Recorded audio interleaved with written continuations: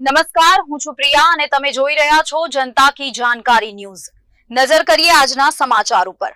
કોટડા સાંગાણી તાલુકા રાજપરા ગામે છેલ્લા 3 માસથી ખેતીવાડીમાં વીજળી પુરવઠો પૂરો આપવામાં આવતો ન હોવાથી ખેડૂતો ભારે મુશ્કેલીનો સામનો કરવો પડી રહ્યો છે અને વીજળીના પ્રશ્નો માટે હોબાળો કરવામાં આવેલ હતો, જેમાં જે આવા હોદ્દેદારોના કામ ન થતા હોય તો સામાન્ય લોકોનું શું થતું હશે, કેવો પ્રજામાં પ્રશ્ન થઈ રહ્યો છે। જેમાં રાજપરા ગામે છેલ્લા 3 માસથી વીજળી પુરવઠો પૂરતો આપવામાં આવતો નથી અને પીજીવીસીએલ કચેરી અધિકારીઓ સામે ભારે હોબાળો મચાવવામાં આવેલ હતો અને રાજપરા ગામના સરપંચ અને તાલુકા ભાજપના ઉપપ્રમુખ શ્રી નરપતસિંહ જાડેજા અને તાલુકા ભાજપના પૂર્વ મહામંત્રી હરદેવસિંહ જાડેજા અને રાજપરા ગામના ખેડૂતો અને આગેવાનો અને કાર્યકરો દ્વારા પીજીવીસીએલ કચેરીએ મોટી સંખ્યામાં લોકો ધારદાર રજૂઆતો કરવામાં આવી અને છેલ્લા 3 માસથી રાજપરા ખેડૂતોને વીજળી પુરવઠો પૂરતો આપવામાં આવતો નથી, જેથી કરીને ખેડૂતોને ભારે મુશ્કેલી સામનો કરવો પડી રહ્યો છે। અવારનવાર રજૂઆતો કરવામાં આવી છે અને કોલ્ડ કોલ સેન્ટરમાં કમ્પ્લેન લખાવવામાં આવે છે,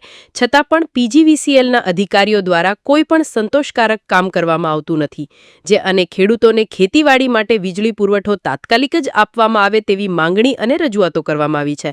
જેમાં સરપંચ દ્વારા ખૂબ ઉગ્ર રજૂઆતો કરીને રાજપરા ગામને સમયસર વીજળી મળી શકે અને ખેડૂતોને મુશ્કેલી દૂર થાય તેવી પણ રજૂઆતો અને માંગણી કરવામાં આવી છે અને રાજપરા ગામના ખેડૂતો મોટી સંખ્યામાં પીજીવીસીએલ કચેરીએ